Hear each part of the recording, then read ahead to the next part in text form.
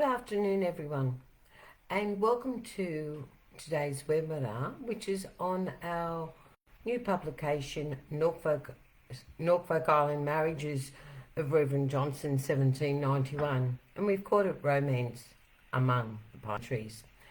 Today in the webinar, we're going to be looking at the research methodology that we undertook to come up with the ultimate list of the marriages. And there was quite a few surprises actually in the research of presumed couples from the past that were married, that were supposed to be married in November 1791.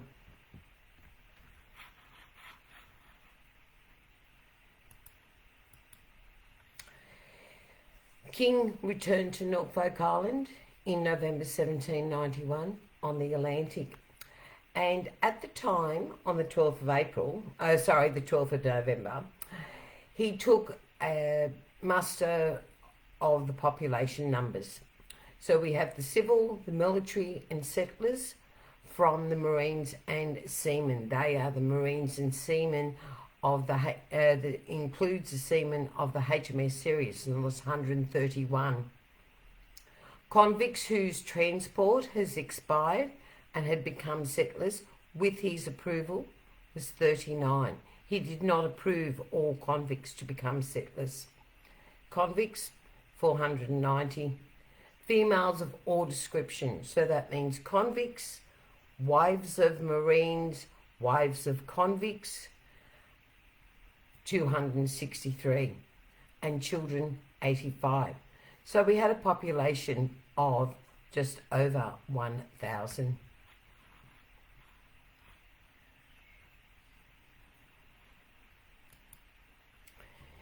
In King's journal, he wrote, "Several of the settlers requesting my permission to marry some of the best behaved female convicts, as I hope that many good consequences would result from a connection of that kind. I gave permission for them, being the settlers, to make choose or choice of those who were likely to behave well," as if they could guess what the behaviour of people would be. And as the Reverend Mr. Johnson, chaplain of the Territory, came here, being Norfolk Island, in the Atlantic, he requested him to marry them. Upwards of 100 couples were married in the course of 3 days. King, who is a prolific writer of letters, reports, administration musters, numbers, statistics, except when it came to the marriages, he never listed the names of the people who got married, and neither did Reverend Johnson for that matter. He didn't keep a record and take it back to Sydney and transfer it into the Register of St Phillips. So there's no actual marriage certificate for the people. Please take note, this was written on the 12th of November. And it wasn't a mass ceremony on the 5th of November. Even myself and many other historians have written that they all got married in a mass ceremony on the 5th of November. That is definitely not the case. As part of the research for Romance and Among the Pine Trees, we were able to prove that some couples actually got married on the 16th and the 17th of November. And there are primary records to actually prove those dates. So go back all into your family histories and remove that date of the 5th of November. So here we have what Kingston or Sydney town looked like back in 1871, 72, 1793. So most of the people at that stage, the convicts, had been allocated 1 and 2 acre lots. They weren't given these lots. They were just allocated the land and told to look after it and start a garden. When King returned in November, first thing they said was, You've got to be joking. We can't maintain these lands. No, it's thick with pine trees. The ground's not practical for a garden. So, very simple. Give it back.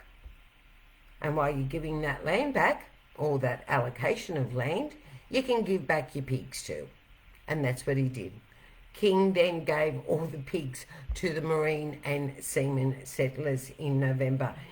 King's journal of November 1791 to when he left Norfolk Island in October 1796 has got such a diverse range of information and data in regards to life on Norfolk Island.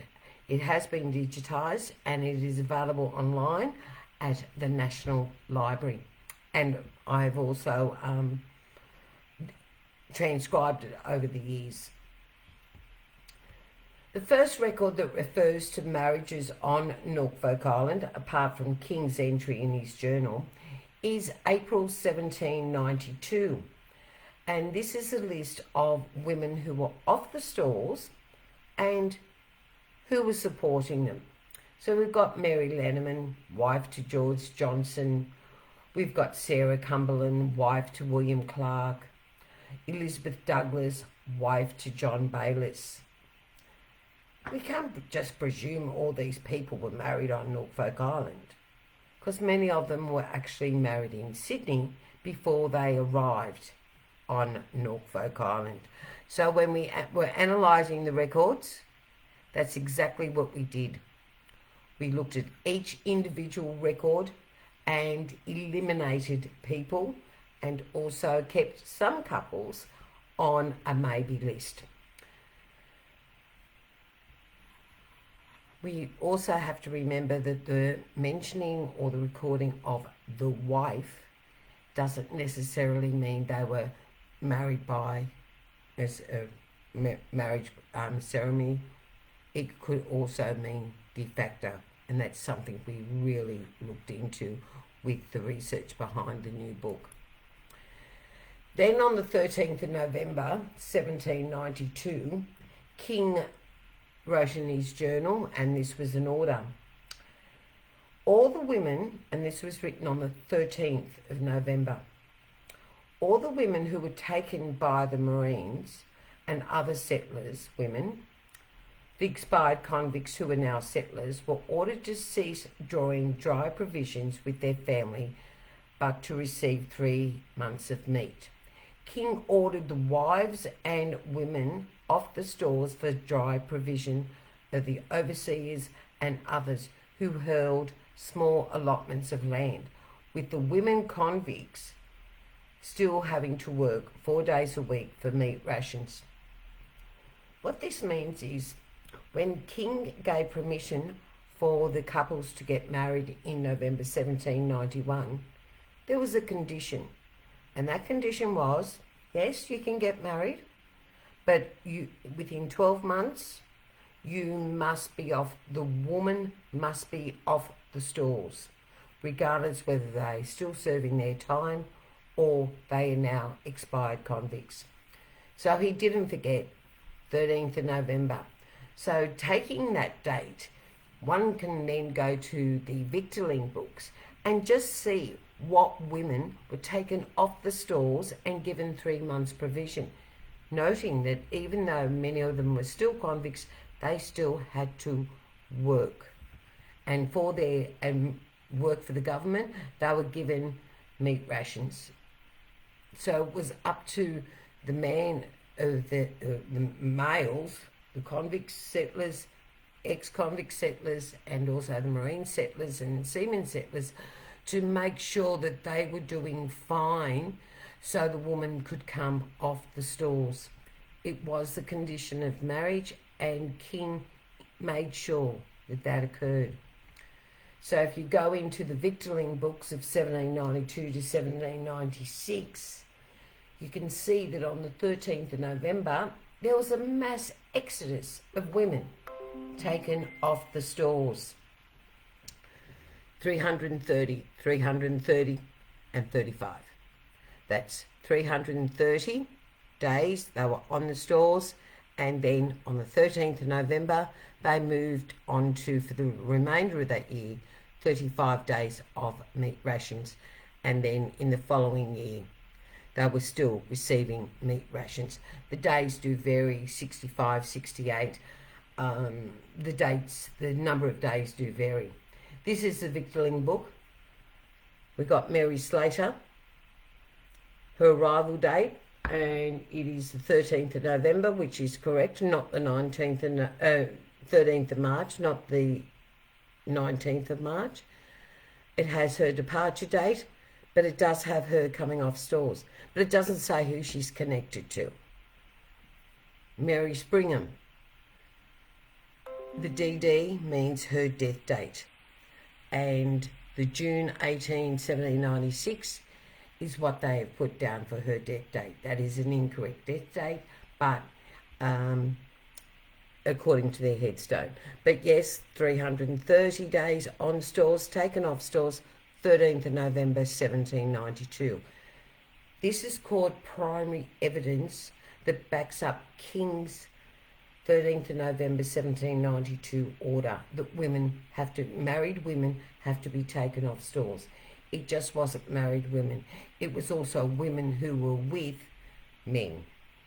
Down the bottom, Mary Davis, her arrival 13th of March, her D for departure the 9th of March 1793, on the kitty, on stores for 335 days, taken off stores because she was married, and then on meat rations for the remainder of the year for 35 days. So we went through the entire victualling book up to, for all the women convicts, and calculated and drilled out and knew another list of names of women who were taken off the stores because they were potentially married in November 1791. Some of these women whose names do appear, they were actually married in Sydney a couple of days before they travelled to Norfolk Island. So once again, we were travelling between Norfolk Island and Sydney. The next record that refers to married women is the 16th of June 1794. And always keeping in the back of our mind was, what does the wife mean? What does married mean? Because married can also mean in a de facto relationship. So we've got Jane Langley, who arrived on the Sirius. She's listed as married, 3 children. She was being supported by Thomas. She was being supported by Thomas Chip, who was a settler. Now, Jane Langley was married to Thomas Chip in November 1791. We've got Mary Green, married. D-O means ditto. But when there's just the two notations, it does not mean as above. So we've got Eleanor Watson, really no marital status at all, no children, convict, who was being supported by Henry Hathaway. We got Anne Yeoman, who was married, no children. She was still working as a convict, or that was still her status, and she was with William Blackall, who was a settler. And even further down the page, we've got Anne Brooks, married, 3 children, a convict, and supported by James Morrisby, a settler. The woman above her, Susan Milgen, free.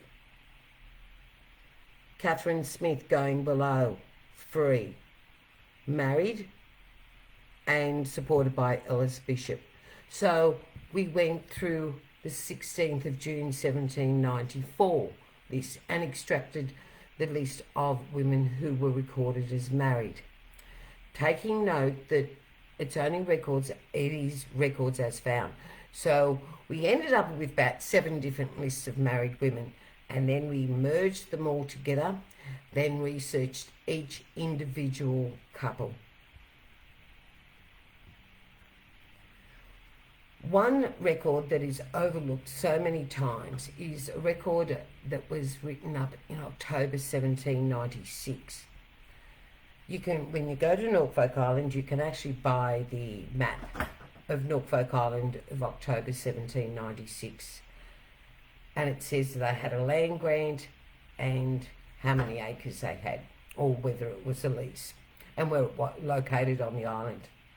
But what's missing from that map is the actual, going back to the actual record, which has the map attached to it, it has their marital status. So here again, I end up with yet another list of married people, and also the number of children. But by October 1796, Reverend Marsden had been on the island, and he also married couples whilst he was on the island. So it was a long process of elimination. There are some mystery entries in the October 1796 record. It has William Hambley as being married with 4 children. His wife had passed away, so he was now a widower, and there was only 3 children, but they said in this record they actually had 4. We got John McCarthy, who is a late Marine. He had lot 71, thank you, location, a 60-acre grant. He's married with 3 children. So because the number of children are given, it is also yet another source in regards to working out the number of children, their possible names, in regards to the births on Norfolk Island, especially because the 1792-1796 Victualling Book lists children by the women's conviction name. So when you come to Dowling or Dowlin, Carter, McCarty, Carter, Cafferty, Smith, Davis, there's a whole lot of common names, and so this record will actually help you sort out the correct family unit. We have Thomas Williams on this record, lot 70, 60 acres, no marital status and no children. But research behind Romance Among the Pine Trees, Marriages, November 1791, Norfolk Island, actually has proven that Thomas Williams did get married on Norfolk Island, but by Reverend Marsden. So if you've got ancestors from Norfolk Island and you're not really quite sure whether they got married in 1791 in the month of November, or were they possibly married by Marsden, all that information is in our new publication, as well as the de factos. We've been able to eliminate many of them. Here we go, the wife and the 5th of November. On the shipping records of departure from 1807, 1806, 1807, 1808, it's got the head of the household, the male's name, and then they have the one wife and the number of children, and it doesn't give the wife's name. Do not always presume the wife means that they were married. It means they were definitely in a relationship, but it does not mean they were married. They could be a de facto relationship. And remember, with Norfolk Island, the women did change partners, as did the men. And remember, the 5th of November 1791, which is the anniversary, is tomorrow, and we're supposed to be flying to Norfolk Island tomorrow, but unfortunately due to COVID travel restrictions, we're unable to travel to Norfolk Island with the Norfolk Island History Lovers Tour and the celebration of the 225th anniversary of the marriages of 1791. 230. Too many days, too many dates. So in Romance Among the Pine Trees, we've also got a comprehensive appendixes which has the list of the convicts who arrived on Norfolk Island in March 1788 and their relationship. Who was their partner, and were they married or were they a de facto? But also when they got married. So you can see here Edward Garth got married in July, August 1795 on Norfolk Island, while Nathaniel Lucas and Olivia got married in November 1791. Regardless, in November 1806, Reverend Marston wrote that Olivia Gaskin came free and they got married in England. So we've gone not only with the current with the records from Norfolk Island, we've looked beyond whether the wife used the name Mrs. or whether she used the surname of her partner. Reverend Thornton, when he baptised children between 1801 and 1806 on Norfolk Island, there is a naming pattern. If the parents were married, he actually put down the name of the father and his wife and the wife's first name. If the parents were not married, he'd put down Isaac William and Rachel Hoodie. So he put the independent names of the parents. So that was another primary record that was used to work out the couples who got married in November 1791. And there was not up to 100 couples. If you add them all up together, there were over 100 people, but not 100 couples, because a couple is two people. There were a total of 34 convicts and expired convict couples, and there was a total of 29 seamen and marine settlers who got married in November 1791. You get married today, or you need ID today, and you use a marriage certificate. Did any of the people who got married in November 1791 receive a marriage certificate? Yes, they did. It was actually used by Anne Yeoman to claim her husband's pension in Launceston. I have to look it up. I can't remember everything off the top of my head. Blackall. All this information is in the book. And on this certificate, it states that they got married on the 18th of November. Yet King did not put in his journal that more couples were getting married, even after he gave permission for the settlers. We've got the settlers who arrived on Norfolk Island in May 1791, being marine settlers and the seamen settlers from the late HMS Sirius. To order the book, you go to our website, www.australianhistoryresearch.info, and that's all we actually have for you this afternoon. In the book, we've got Samuel King and Mary Rolt, if they remarried. We've also got the notation of when they left Norfolk Island. Did they leave Norfolk Island as a couple? Did they separate? Did they then move on to another relationship on Norfolk Island? We have James McManus and Jane Poole, and yes, they were married in November 1791 and leaving the island on the Atlantic in September 1792. So why did James and many other of the Marines go to Norfolk Island? They'd never been there before.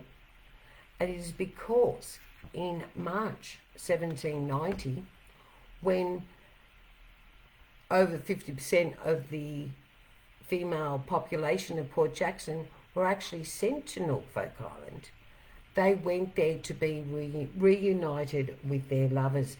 Many of their lovers had actually had a child.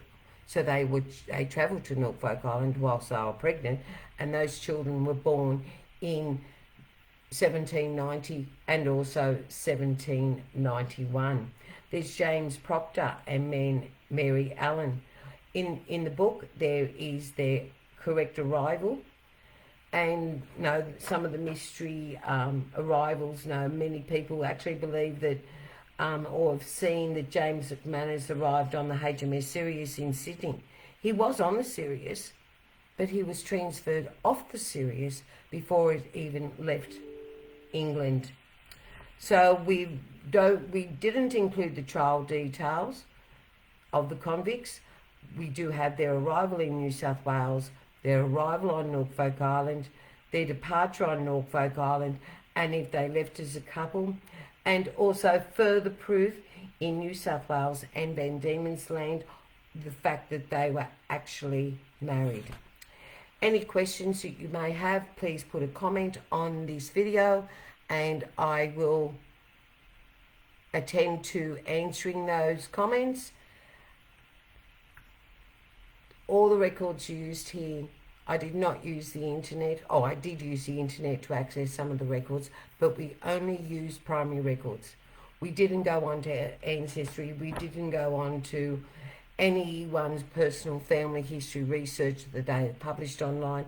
This is all from primary records, and this is why the importance of the appendix at the back, and which is the convicts who arrived on Norfolk Island in March, and also the free settlers who arrived in May 1791, the marine settlers of the Atlantic, who they connected with and who they were married, the full list of married women taken off the stores in May 1791 to 1792, the women listed as married in 16th of June 1794.